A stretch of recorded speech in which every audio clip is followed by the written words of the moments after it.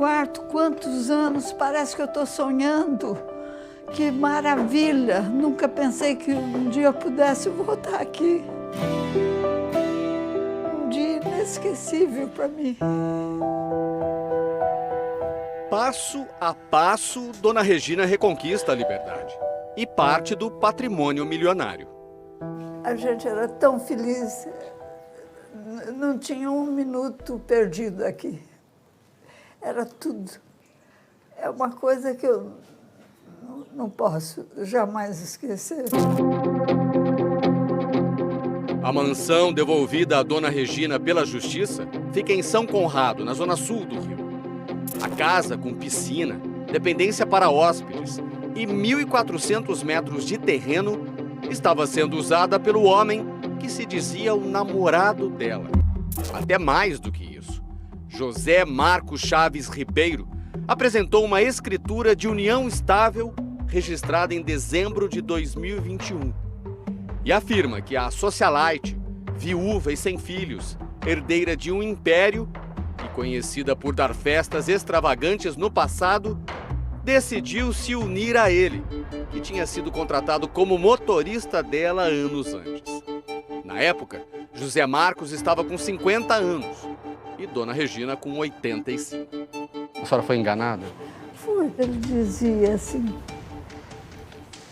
Dona Regina, eu faço as coisas, mas a senhora casar, eu falei, eu não me caso com ninguém. Eu fiz um pacto com meu marido, que eu seria fiel a vida inteira, porque ele foi uma pessoa muito especial. Mas foi num outro imóvel da socialite que essa história ganhou as manchetes e virou caso de polícia. Num dos apartamentos de um dos prédios mais emblemáticos do Rio de Janeiro, vizinho do hotel histórico e suntuoso na zona sul da cidade, o Copacabana Palace. Em janeiro deste ano, Dona Regina saiu de casa e procurou a ajuda da família. Ela diz que foi uma fuga e denunciou que José Marcos a mantinha em cárcere privado, controlando tudo dela, inclusive o dinheiro. O Fantástico já havia entrevistado Dona Regina e José Marcos em maio deste ano. Você ama a Dona Regina? Amo, eu amo, de verdade. Ela nem admitia chamar eu como motorista. A gente dormia junto e tudo. Ele é apenas um chofer e um chofer sem condições. Ele dizia que era o seu companheiro, que era seu marido. Mas é uma audácia, um atrevimento.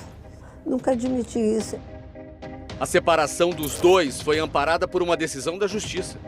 José Marcos ficou proibido de se aproximar de Dona Regina. Mas, ao mesmo tempo, ele foi nomeado na época como curador, o responsável por administrar o patrimônio dela. A família de Dona Regina, um irmão, uma cunhada e um sobrinho, passaram a disputar com José Marcos o controle sobre os bens dela. A troca de acusações e de versões segue dois caminhos na justiça, na esfera criminal e na vara do idoso. O ex-motorista tentou interditar Dona Regina e chegou a apresentar um testamento em que aparecia como herdeiro caso ela morresse. E um fato iria chamar a atenção da polícia e do Ministério Público mais tarde. 9 dias depois da assinatura desse documento, a socialite sofreu um acidente doméstico enquanto ajudava José Marcos com uma cortina. Ela levou uma pancada forte na cabeça e foi socorrida por José Marcos, mas num hospital a 20 quilômetros de distância de casa. Teve que passar por cirurgia e os parentes não foram avisados. O laudo médico diz que a vítima teve hemorragia subdural devido a traumatismo. Tinha certeza que era o meu fim. Tenho 8 buracos aqui. Tá vendo? Aqui, ó. Bota a mão para você ver. Sim, dá pra ver. Enquanto os advogados de Dona Regina e os de José Marcos seguiam na batalha judicial, a polícia passou a investigar o caso.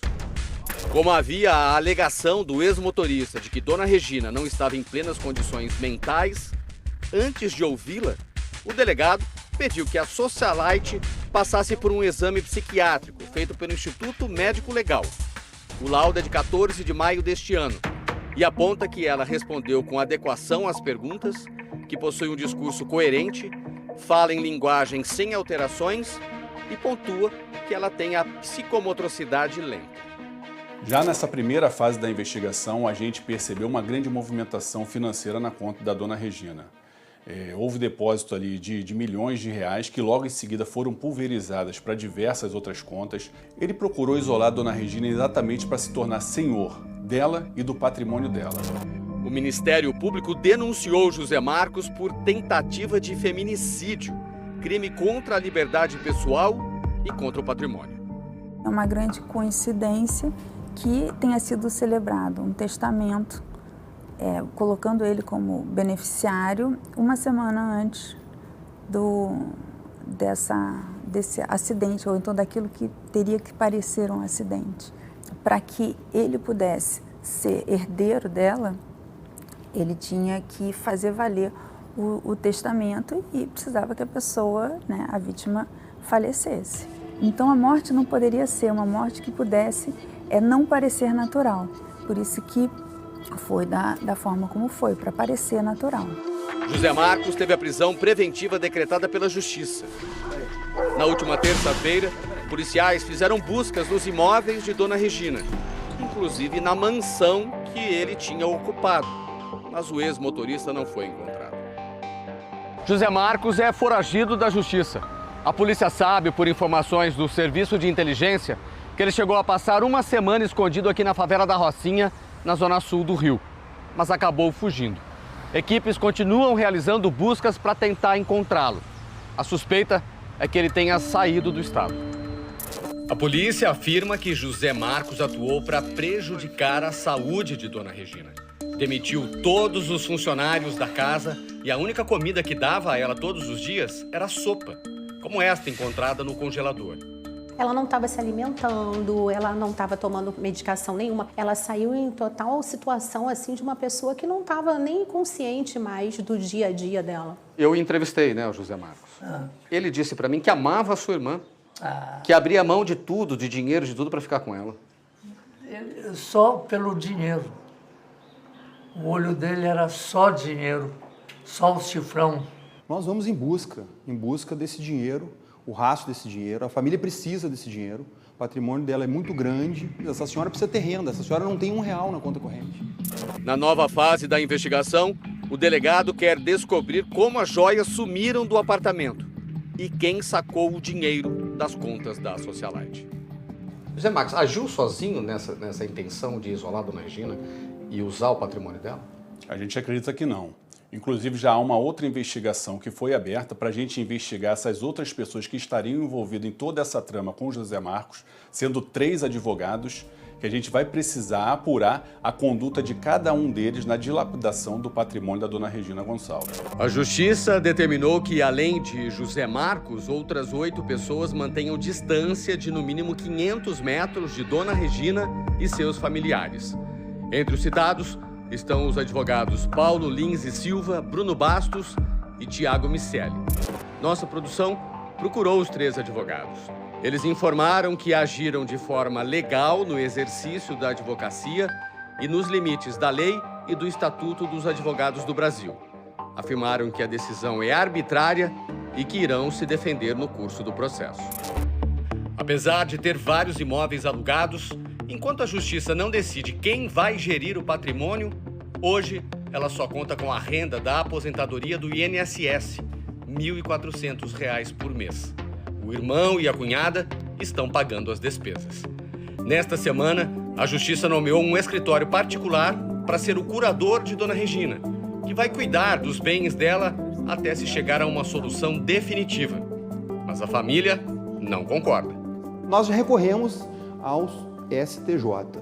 Há um recurso especial com pedido de efeito suspensivo que a gente espera que, assim que distribuído, no STJ a gente consiga reverter essa situação. O principal é trazer a dignidade para a dona Regina, né? A autonomia que ela sempre teve e o direito dela e de toda mulher de viver livre de violência e sofrimento. É o que, passo a passo, ela vai reconquistando. Eu recebi uma graça tão grande, que eu fiz uma promessa que, enquanto viver, se o único líquido que pudesse me salvar a champanhe, eu me metiria de tomar. Mas para os amigos, pode dar champanhe. Com o maior prazer da minha vida.